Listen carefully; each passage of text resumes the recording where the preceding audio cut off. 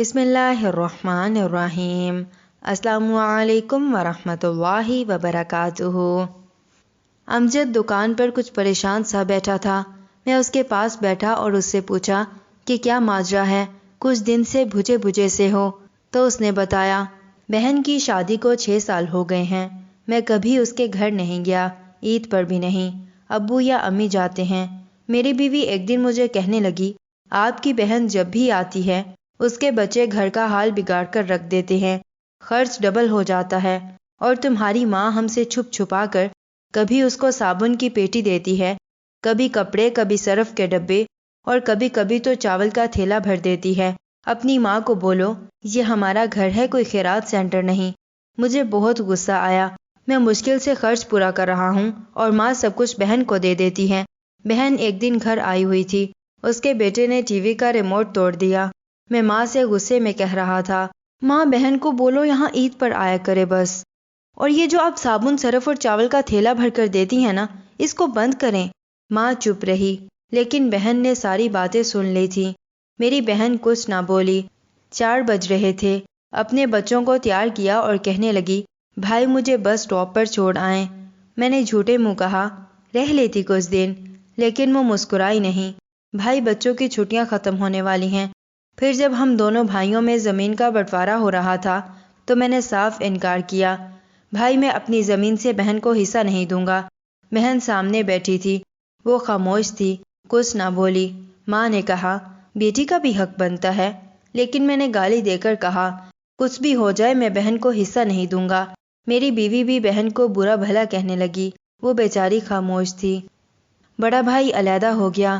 کچھ وقت کے بعد میرے بڑے بیٹے کو ٹی بی ہو گئی۔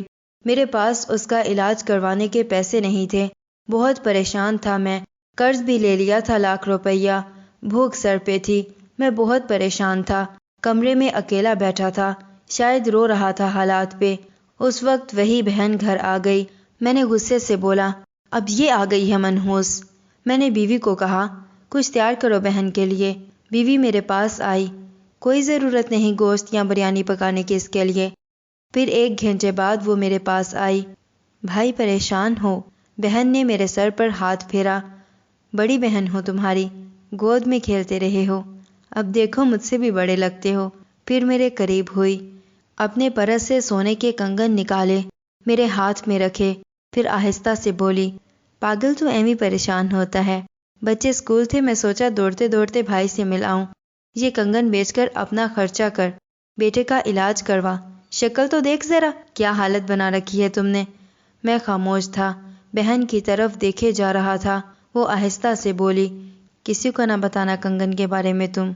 میرے ماتھے پہ بوسہ کیا اور 1000 روپے مجھے دیا، جو 50-50 کے نوٹ تھے، شاید اس کی جمع پونجی تھی، میری جیب میں ڈال کر بولی، بچوں کو گوشت لا دینا، پریشان نہ ہوا کر۔ جلدی سے اپنا ہاتھ میرے سر پہ رکھا، دیکھ اتنی جلدی بال سفید ہو گئے۔ وہ جلدی سے جانے لگی۔ میں نے اس کے پیروں کی طرف دیکھا تو ٹوٹی ہوئی جوتی پہنی تھی، پرانا سا دوپٹہ اوڑھا ہوا تھا، جب بھی آتی وہی دوپٹہ اوڑھ کر آتی۔ بہن کی اس محبت میں میں مر گیا تھا۔ ہم بھائی کتنے مطلب پرست ہوتے ہیں، بہنوں کو پل بھر میں بیگانہ کر دیتے ہیں، اور بہنیں بھائیوں کا ذرا سا دکھ برداشت نہیں کر سکتی۔ وہ ہاتھ میں کنگن پکڑے زور زور سے رو رہا تھا، اس کے ساتھ میری آنکھیں بھی نم تھیں۔ اپنے گھر میں خدا جانے کتنے دکھ سہ رہی ہوتی ہیں یہ بہنیں۔ کچھ لمحے بہنوں کے پاس بیٹھ کر حال پوچھ لیا کریں، شاید ان کے چہرے پہ کچھ لمحوں کے لیے ایک سکون آ جائے۔ بہنیں ماں کا روپ ہوتی ہیں۔